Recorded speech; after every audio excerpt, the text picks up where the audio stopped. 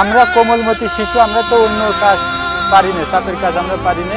তো এই পেঁয়াজ লাগানো কাজটা হচ্ছে আমাদের অনুকূলে, এই কাজে আমরা বেশ পারদর্শী। বছরের এই সময়টাতে আমাদের স্কুল কলেজ বন্ধ থাকে, তো এই কাজ করি আমরা। এই কাজ করে হচ্ছে অনেকেই কেনে, হচ্ছে বই খাতা কেনে, নতুন বছরের জন্য নতুন পোশাক আশাক কেনে, অথবা শখের অন্য কিছু কেনে।